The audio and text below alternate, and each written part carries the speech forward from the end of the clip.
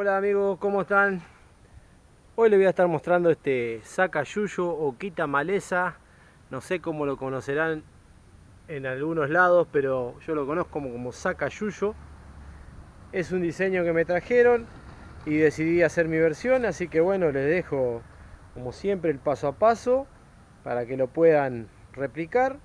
Es algo muy útil para la jardinería, así que bueno, les dejo el video, espero que lo miren hasta el final. Nos vemos amigos.